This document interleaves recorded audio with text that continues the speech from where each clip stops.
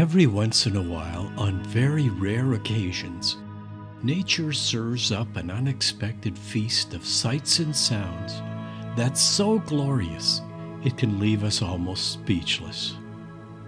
If you're one of those lucky few who happen to be in just the right place at just the right time to witness such a spectacle, it's something you'll remember for the rest of your life. On a sleepy autumn afternoon in the Ottawa Ontario countryside during the fall bird migration of 2024, I was one of those lucky few. The scene was a picture of peace and tranquility all across the beautiful farmland in this French-Canadian community an hour east of Ottawa. Hundreds of migrating Sandhill Cranes, Canada geese, and ring-billed gulls had landed overnight and were quietly resting and eating in several groups across the landscape, when suddenly it was like someone rang a bell and announced, "Let the party begin."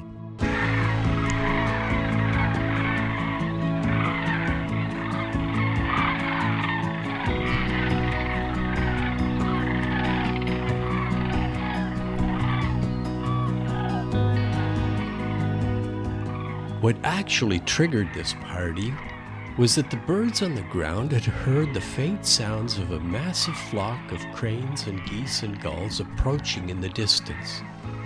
All at once, as if on cue, hundreds of birds on the ground started calling out loud and launched into flight. A huge flock of snow buntings also joined the party, and so did some nearby ducks. And even a local coyote got into the act. In less than a minute, a graceful, swirling mass of birds filled the sky, calling and singing and flying in ways that seemed to me like they were clearly having a good time. It looked like a huge, happy, welcoming committee had gone up to meet and greet the new arrivals to the local rest stop. This was a wow moment for me like no other.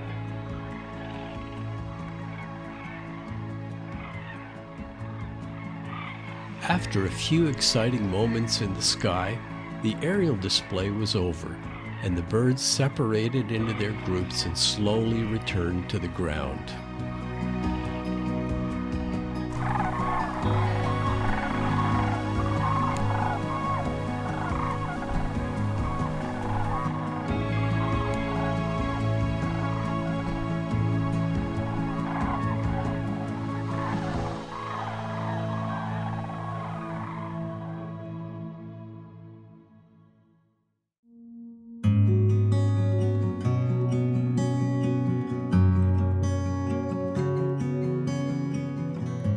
Things got pretty quiet in the sky after that, so I spent the rest of the afternoon observing, recording, and enjoying the interactions and behaviors of these graceful giants. Unfortunately, the cranes were on private property more than 1,000 feet away from where I was standing, with no possibility of me getting any closer. To make things even worse, it was a bright, sunny day, so the air turbulence coming up from the warming ground was terrible. The heat shimmer over that distance caused my footage to wobble like jello, making most of it completely unusable. However, I knew this might be my only chance to see and film these birds for years to come, so I made the most of it, wobbles and all.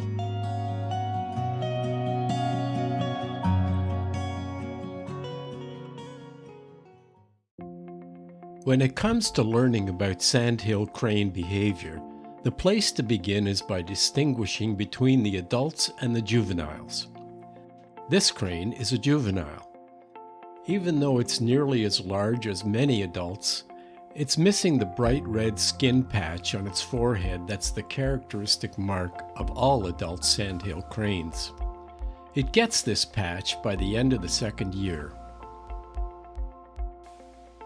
After 9 or 10 months, juveniles leave their parents and join up with other juveniles in loose, non-breeding groups that forage, roost, and travel together. Here's a group of a dozen or so. Here's another group of youngsters with one adult in their midst, apparently bossing them around for some reason.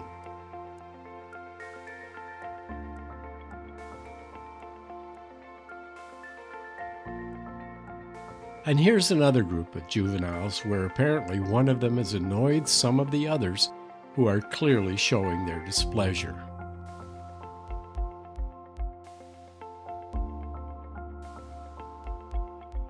Another interesting behavior I saw that day happened in this group, which I euphemistically call the choir. These large, mature adults look like they're happily singing together in a group, but actually what's going on is called antiphonal calling, which is a way of displaying dominance and establishing hierarchy. The session soon falls apart with several aggressively pecking each other. Definitely not a choir.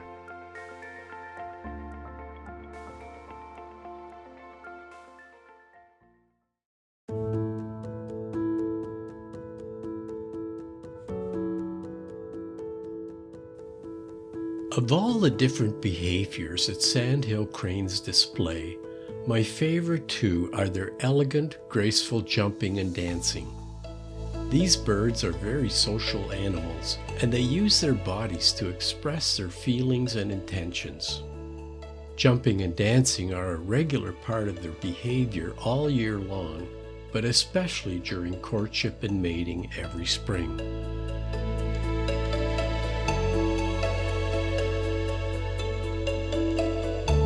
Sandhill Cranes have some very impressive dance moves, including head bowing and body crouching, jumping high in the air and twirling around, touching each other's beaks back and forth, running and circling one another, flapping their wings, and picking up sticks and clumps of grass and tossing them into the air.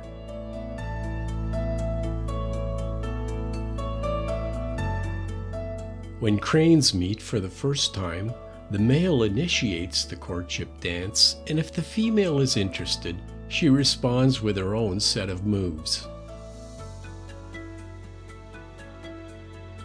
Sandhill cranes, like all other crane species, are monogamous and mate for life.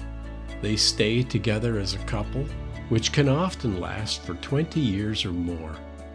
And only when one of them dies will the remaining mate look for another partner.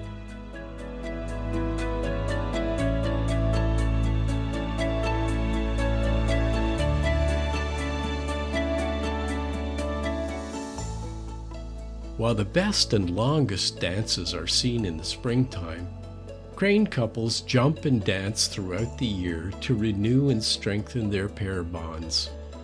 It's a bit like married people going out on dates over the years to keep the fire burning.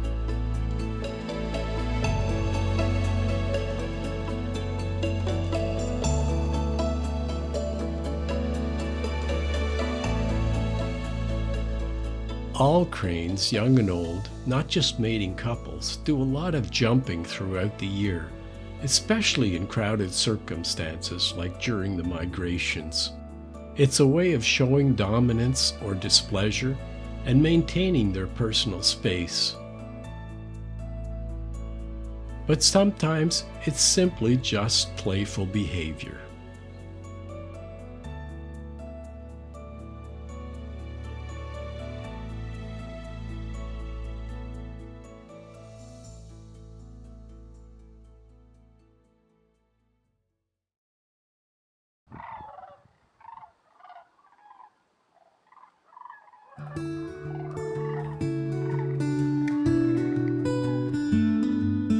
Time flies when you're having fun, and before I knew it, the sun was setting and the cranes were about to leave on their journey south.